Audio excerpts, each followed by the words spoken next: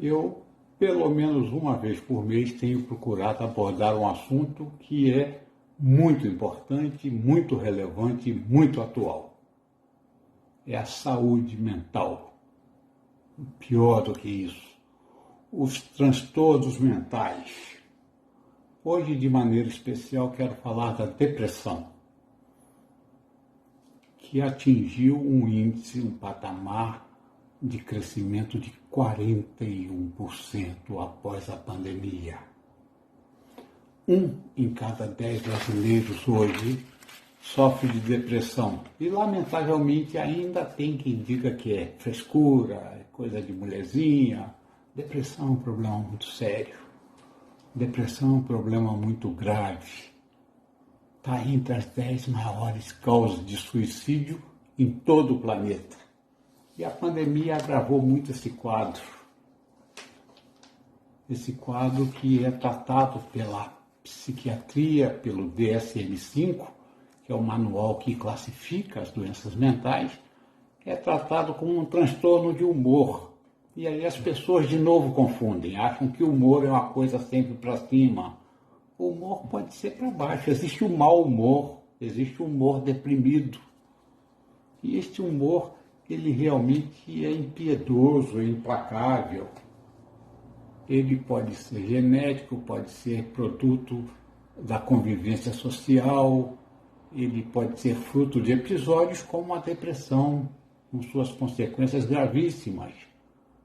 Crises conjugais, crises profissionais no mercado de trabalho.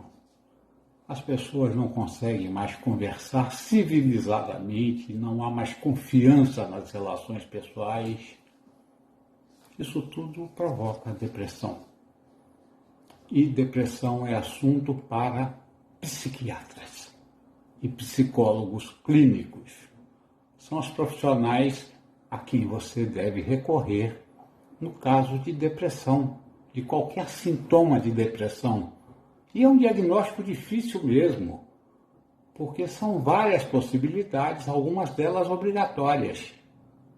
Mas a qualidade do profissional é fundamental para que você saiba que se está passando por uma depressão maior, um episódio depressivo, uma depressão fruto de um transtorno bipolar. Então procure ajuda, procure auxílio, procure buscar orientação de um profissional de saúde. Depressão, como disse, tem algumas características muito particulares.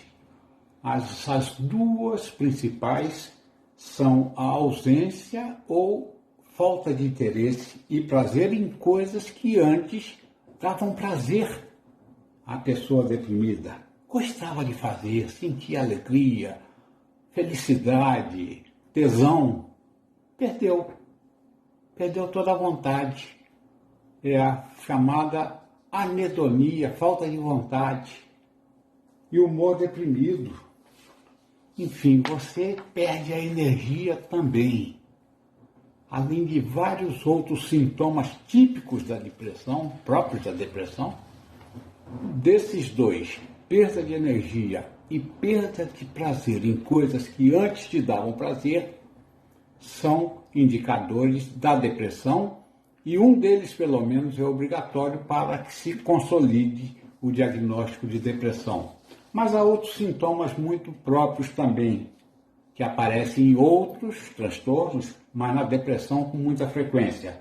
Alteração do sono, alteração do apetite para mais ou para menos, como do sono para mais ou para menos, redução da atenção, da concentração e da memória, cansaço permanente, pensamentos de culpa, baixa autoestima, desesperança em relação ao futuro, pensamentos suicidas e sentimento de morte iminente.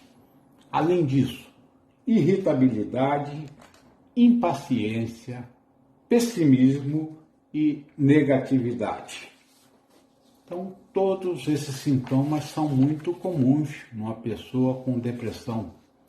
E você que conhece alguém, que tem alguém na família passando por esse processo, tem o dever de caridade, o dever de justiça, enfim, de bondade, né? Gosto da palavra caridade, de prestar atenção a esta pessoa, ajudá-la e socorrê-la, porque a depressão, com muita frequência, conduz ao suicídio.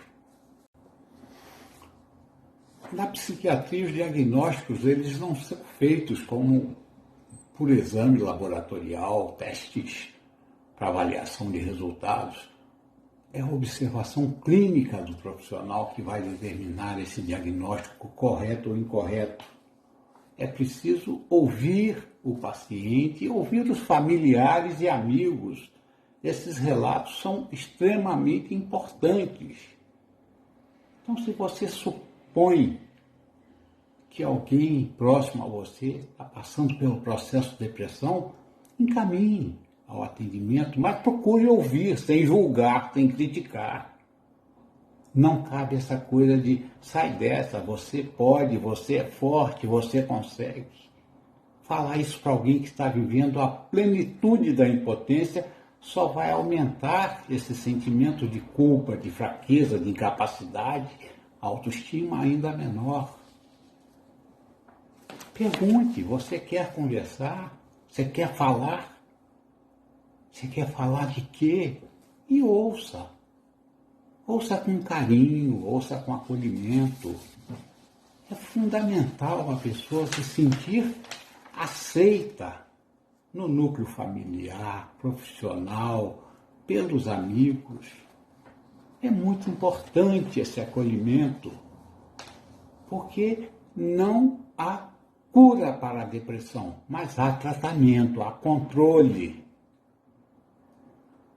E uma das formas mais eficazes de controle é a escuta, que você pode fazer antes de encaminhar para um psicólogo, para um psiquiatra. Mas não deixe a pessoa solta, mais desesperançosa ainda, com esse sentimento de que tudo está errado, de que tudo vai dar errado. A situação do brasileiro hoje é muito grave. Nós somos um país que perdeu a esperança, não perdeu só emprego, não perdeu só familiares. Nós temos uma elite extremamente perversa e cruel, tirando partido, tirando proveito do sofrimento do povo. Então preste atenção. Uma única coisa que eu queria dizer para concluir. Depressão pode atingir qualquer pessoa, de qualquer sexo, qualquer classe social, qualquer raça, qualquer profissão. Mas tenha absoluta certeza de uma coisa. A depressão nunca é culpa do deprimido. Acolha e seja luz na vida de alguém.